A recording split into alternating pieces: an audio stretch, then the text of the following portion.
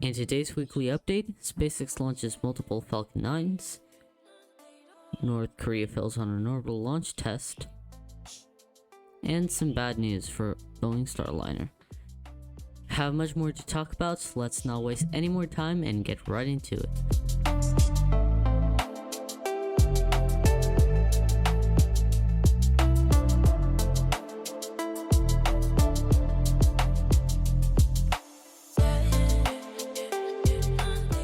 We'll first recap the past launches.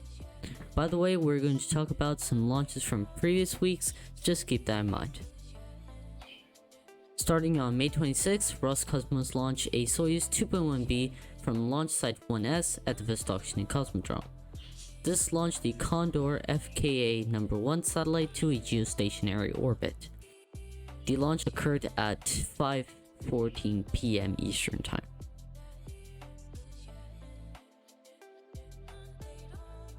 We saw a beautiful stage separation with the correlative cross from the boosters.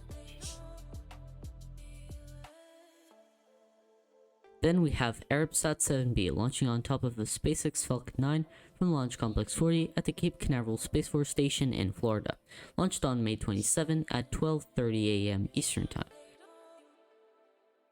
The booster for this mission, B-1062, successfully landed on the drone ship, just read the instructions, after performing a smooth power landing. This marks the 14th flight for this booster. Payload was successfully deployed from Falcon 9. Next, on May 30 at 11:02 p.m. Pacific Time, SpaceX launched the Starlink Group 2-10 mission from Launch Complex 4E at the Vandenberg Air Force Base in California.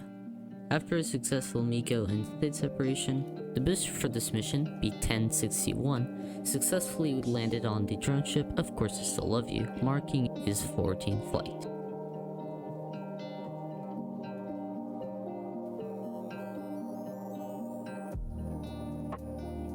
Then, on June 4th at 8:20 a.m. Eastern Time, we had the launch of the SpaceX Falcon 9 carrying the Starlink Group 6-4 from Launch Complex 40 at the Cape Canaveral Space Force Station in Florida.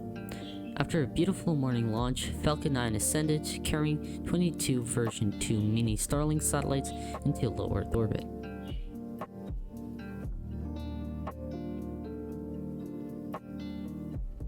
After a beautiful stage separation with the Earth in the background, we saw also a cool tracking shot from the ground. Visible, we can see both stages heading their intended ways. We also saw a cool new shot for fairing separation that shows the Earth in the background. That's pretty cool. The booster for this mission, B-1078, successfully landed on the drone ship, just reading instructions. This marked its third flight. This booster has a max turnaround time of 37 days. Jumping to North Korea, they attempted to launch their first orbital rocket in 7 years, but unfortunately it quite didn't go to plan, as a malfunction in the first stage during stage separation caused the failure. It's unknown if this is the first launch of this vehicle, as North Korea's space program is kinda secret. Some pictures show one of the stages fall down in the sea.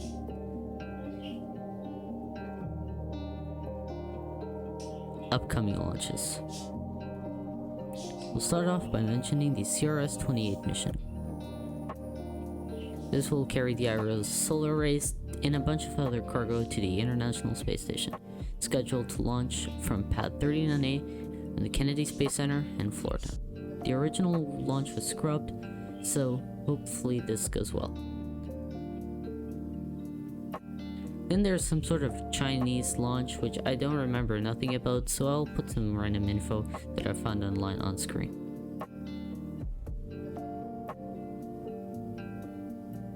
For these next two launches, I really have less info to talk about, so if you know anything about them, let me know in the comments. So the first one is Starlink Group 5-11, taking place from Launch Complex 40 at the Cape Canaveral Space Force Station in Florida. It will be launching on Friday, June 9th, 2023 at 03:56 a.m. Eastern Time. Yeah, and that's all that I know. The next one is the Transporter 8 mission, launching from Vandenberg at Launch Complex 4E at Vandenberg Air Force Base in California. It will be happening sometime on June 12, 2023, and it will be landing at the Vandenberg Space Force Base at the landing zone 4. That's it. That's all I know. If you have any idea, let me know in the comments. Next up, Boeing Starliner faces more delays. Now, I'm not going to go in depth for the details, but yeah, you can watch Matt Lowndes' video. There will be a link in the video description in garden top right. But basically, it's due to parachute systems and other safety concerns. So yeah, Starliner is getting more delays, and it's kind of the known spacecraft to get problems all of a sudden. So yeah, good luck to the Boeing team, and hopefully they can get as soon as possible to launch. Lastly, we have the RS-25 full duration static fire. This occurred at NASA's Stennis Space Center, and this is a full duration static fire for qualification testing for Artemis 5. So yeah, hopefully the team got the info that they need, and yeah. And there you go, that's your roundup of news. I will see you guys all next week to recap this week. But until then, have a nice day, stay safe, like and subscribe, and I'll see you all later.